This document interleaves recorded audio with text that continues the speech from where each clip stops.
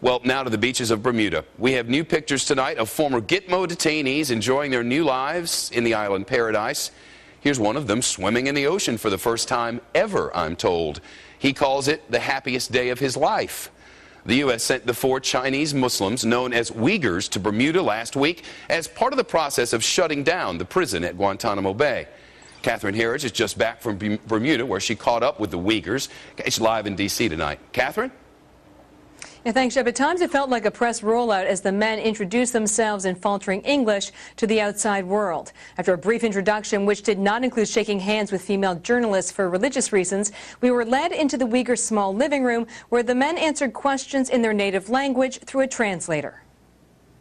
Just for the record, the men have never been members of Al-Qaeda. They've never met with bin Laden. They all said no.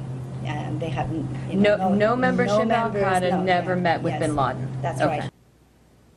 Though the men seem friendly and relaxed, Defense Department documents allege they were associated with Al-Qaeda and the Taliban in Afghanistan.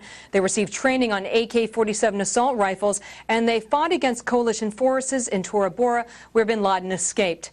There is no visible security, no electronic monitoring for the men who now enjoy ice cream at Bermuda's local haunts. The 4 Chinese Muslims tell Fox they have no intention of leaving the island for another country because they say Bermuda was the only nation to offer them freedom. The Uyghurs say they hold no grudges against the U.S. In fact, when we asked them what was worse, Gitmo versus life in China, they said life in communist China was much worse. No question, Shep. Catherine Herridge with the Capitol dome sprouting from her left shoulder tonight. And developing this evening, Italy has just agreed to take 3 detainees from Guantanamo Bay. That's the word from President Obama after he met with Italy's Prime Minister Silvio Berlusconi at the White House. There are reportedly more than 200 prisoners still at Guantanamo Bay. The European Union has also said it will consider taking some of them on what it calls a case-by-case basis.